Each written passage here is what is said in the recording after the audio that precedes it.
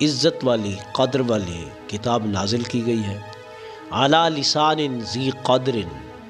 اور عزت والی قدر والی زبان پر جاری ہوئی ہے، علی امت لہا قدر، اور امت والی قدر کے بارے میں نازل کی گئی ہے۔ تو فرماتے ہیں کہ اس رات میں اللہ تعالیٰ نے اپنی قابل قدر کتاب، قابل قدر امت کے لیے صاحب قدر رسول کی معرفت نازل فرمائی۔ یہی وجہ ہے کہ اس صورت میں لفظ قدر 3 بار آیا ہے۔ امام فخر الدین رازی رحمۃ اللہ تعالی علیہ فرماتے ہیں کہ اس صورت کے اندر لیلۃ القدر کے اندر جو ہے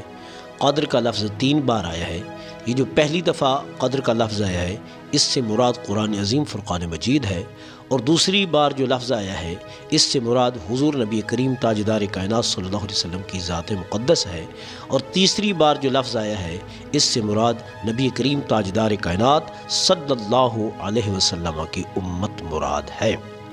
اب اس کا مفہوم یہ ہوگا، اس کا ترجمہ یہ ہوگا کہ اے میرے محبوب، ہم نے عزت والی کتاب، شرافت والی کتاب، بزرگی والی کتاب، اپنے پیارے نبی، اپنے پیارے محبوب، اپنے پیارے یار جو عزت والے ہیں، جو عظمت والے ہیں، جو شرافت والے ہیں، ان پر ہم نے اتاری ہے۔ کس کے لیے اتاری ہے؟ جو امت، آپ کی امت ہے، جو عزت والی ہے، شرافت والی ہے، بزرگی والی ہے، اس امت کے لیے ہم نے عزت والی کتاب کو عزت والے رسول پر نازل کی ہے۔ تو اس میں بہت طویل گفتگو ہو سکتی ہے، لیکن اتنا جو ہے ٹائم نہیں ہے کہ ہم اس پہ سیر حاصل گفتگو کریں۔ تو بہر صورت اس میں اتنا بتا دوں کہ اللہ رب العزت نے جو نبی علیہ الصلوۃ والسلام کو مقام عطا کی ہے، جو شان عطا کی ہے، تو وہ اس دنیا میں، اس کائنات میں اور کسی کو عطا نہیں کی۔ حالانکہ اگر آپ دیکھیں تو جتنی کتابیں سماویہ کتابیں ہیں، آسمانی کتابیں ہیں، وہ سب برحق ہیں اور ہمارا ان پر ایمان ہے، لیکن ان میں سے سب سے زیادہ عزت اور قدر اور جو مقام اور جو بزرگی قرآن عظیم فرقان مجید کو بخشی ہے، وہ کسی اور کتاب کو مقام اور درجہ نہیں ملا۔ تو اس میں آپ ذرا خود سوچیں کہ حالانکہ وہ بھی تو اللہ کی کتابیں ہیں اور یہ بھی اللہ کی کتاب ہے، تو اس کو فوقیت ان پر کیوں دی ہے؟ اس کی وجہ یہی ہے کہ اس کی نسبت جو ہے وہ نبی کریم صلی اللہ علیہ وسلم کے ساتھ ہو گئی ہے، اور جس چیز کی نسبت رسول اللہ صلی اللہ علیہ وسلم کے ساتھ ہو جائے تو وہ چیز عزت والی بن جاتی ہے۔ پہلے انبیاء علیہ الصلوۃ والسلام کی جو ہے وہ بھی مرتبہ والی ہیں، عزت والی ہیں، اس میں کوئی شک والی بات نہیں ہے، لیکن نبی علیہ الصلوۃ والسلام کی امت کو جو مقام اور شرف ملا ہے وہ کسی اور امت کو نہیں ملا۔ تو اس کی وجہ بھی یہی ہے کہ امت کی نسبت نبی علیہ الصلوۃ والسلام کے ساتھ جڑ گئی ہے۔ تو گویا کہ جس چیز کی نسبت نبی کریم صلی اللہ علیہ وسلم کے ساتھ ہو جاتی ہے تو وہ شے جو ہے وہ بھی عزت والی بن جاتی ہے۔ آپ خود دیکھ لیں کہ نبی علیہ الصلوۃ والسلام مکہ المعظمہ میں پیدا ہوئے تو اللہ نے جو مقام مکہ المعظمہ کو دیا وہ کسی اور شہر کو نہیں دیا۔ پھر حضور نبی علیہ الصلوۃ والسلام نے مکہ المعظمہ سے مدینہ طیبہ جو ہے آپ تشریف لے گئے، تو اور جو عزت اور جو مقام اور جو شرف رب کائنات نے مدینہ طیبہ کو دیا تو وہ اور کسی کو نہیں دیا۔ تو اسی طرح کہ آپ کی نسبت قرآن سے ہوئی تو قرآن کو اللہ نے درجہ دے دیا، آپ کے ساتھ نسبت امت کی جوڑی تو امت کو بہترین امت بنا دیا رب کائنات نے، قدر والی، عزت والی۔ تو گویا کہ جتنی بھی عزتیں یا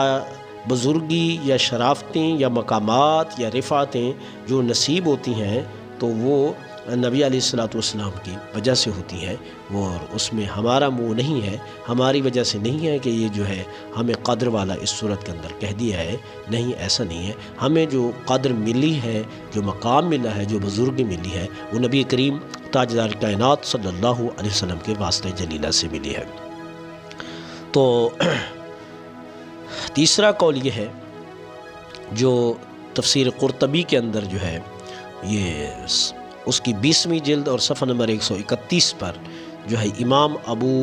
بکر البراق کہتے ہیں، آپ فرماتے ہیں قال ابو بکر البراق سمیت بذالک لأن من لم یکن له قدر ولا خطر یسیر فی ہذہ اللیلۃ اذ قدر اذا احیاہا۔ اب فرماتے ہیں امام ابو بکر البراق فرماتے ہیں اس لیلۃ القدر کو لیلۃ القدر اس لیے کہتی ہیں کہ اس رات کے اندر جو عبادت کرتا ہے وہ قدر والا بن جاتا ہے، وہ عزت والا بن جاتا ہے، اور اللہ اسے مقام عطا کر دیتا ہے۔ تو اس عابد نے جو اس رات میں اس رات کو زندہ کیا ہے تو وہ قدر والا بن جاتا ہے، اس وجہ سے اس رات کو لیلۃ القدر کہا جاتا ہے۔ ٹھیک ہے میرے بھائی، یہ کس کا قول ہے؟ حضرت امام بکر۔ تو اس کا خلاصہ یہ ہوا کہ جو خوش نصیب لوگ اس رات کو زندہ رکھتے ہیں، اس رات کو جاگتے ہیں، اس رات کو تسبیح و تحلیلات کرتے ہیں، تسبیحات پڑھتے ہیں، رکوع و سجود کرتے ہیں، قرآن پاک کی تلاوت کرتے ہیں، آقا علیہ الصلوۃ والسلام کی ذات اقدس پر درود کے نذرانے پیش کرتے ہیں، تو وہ اللہ انہیں عزتیں عطا فرماتا ہے، اللہ انہیں قدر عطا فرماتا ہے، اللہ انہیں بزرگی عطا فرماتا ہے، اللہ انہیں عابد کے لقب سے موسوم کرتا ہے، جس کی وجہ سے اس رات کو لیلۃ القدر شب قدر کہا جاتا ہے۔ تو کسی بزرگ سے پوچھا گیا کہ لیلۃ القدر کی تعریف کیا ہے، تو انہوں نے بہت ہی زبردست جواب دیا۔ انہوں نے فرمایا کہ لیلۃ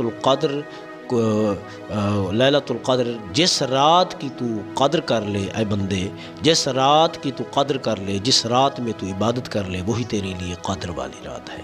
تو سامعین کرام، ہم بہت ہی دور ہیں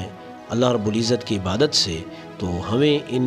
راتوں کی قدر کو پہچانا چاہیے اور لیلۃ القدر کی تلاش میں ہمیں لگے رہنا چاہیے۔ 21ویں کی رات اور 23ویں رات اور 25ویں کی رات اور 27ویں کی رات اور 29ویں کی رات جاگ کر گزارنی چاہیے، تاکہ ہمیں اللہ تبارک و تعالیٰ ابدی نعمتوں سے نوازے اور اس جیسی عظیم عبادت سے نوازے۔